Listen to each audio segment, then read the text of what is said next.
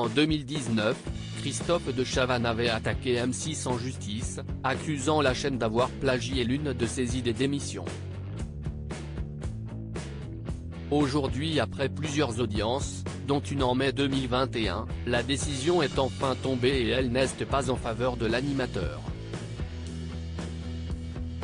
Dans un communiqué AFP paru ce jeudi 29 juin 2023, ce dernier assure néanmoins qu'il ne compte pas s'arrêter là. Il pensait facilement obtenir gain de cause mais malheureusement. Christophe de Chavannes a appris cette semaine qu'il perdait son combat en justice contre M6. Il y a 4 ans, l'animateur avait en effet porté plainte contre la 6 après que la chaîne a récupéré, selon lui, son idée d'émission inspirée du format britannique intitulé Body Fixé. Une adaptation française avait alors été envisagée, dès 2017, entre M6 et Coyote Conseil, boîte de production fondée par Christophe de Chavannes. Mais le projet avait finalement été avorté pour des raisons budgétaires.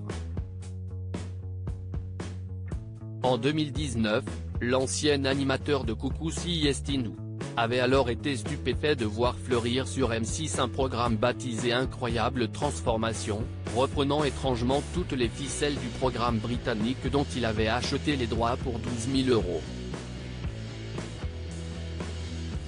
Ni une, ni deux, il décide de porter plainte pour parasitisme et préjudice moral et annonce réclamer près de 10 millions d'euros à M6. Si est une reprise sauvage du format élaboré par mon équipe, s'était alors emporté Christophe de Chavannes insistant sur le comportement déloyal et la mauvaise foi déconcertante de la chaîne. 4 ans plus tard, le mercredi 28 juin 2023, une dépêche de l'AFP dévoile que la société de production de l'animateur a été déboutée en justice. Coyote Conseil, dont l'animateur détient 49% du capital, a été condamné par le tribunal de commerce de Nanterre à rembourser 10 000 € de frais de justice à M6, indique le communiqué. Une décision vivement contestée selon la décision rendue le 22 juin et consultée par l'AFP, Coyote n'a pas su apporter la preuve qu'elle détenait un droit de diffusion pour adapter, produire et commercialiser ce format en France.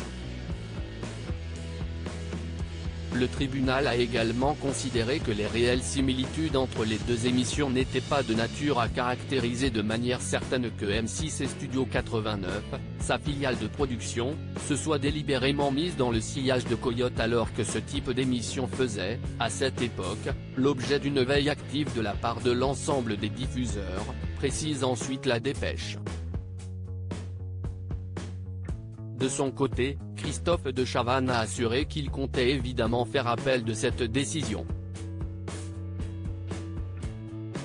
Rappelons que lors de la première audience qui a eu lieu en mai 2021, l'animateur avait exigé l'arrêt complet du programme lancé par M6, ajoutant que le manque à gagner s'élevait alors à 5 millions d'euros auxquels s'ajoutaient 4,4 millions pour l'estimation de la perte de valeur de l'entreprise et 500 000 € de préjudice moral et frais divers, d'où les 10 millions réclamés.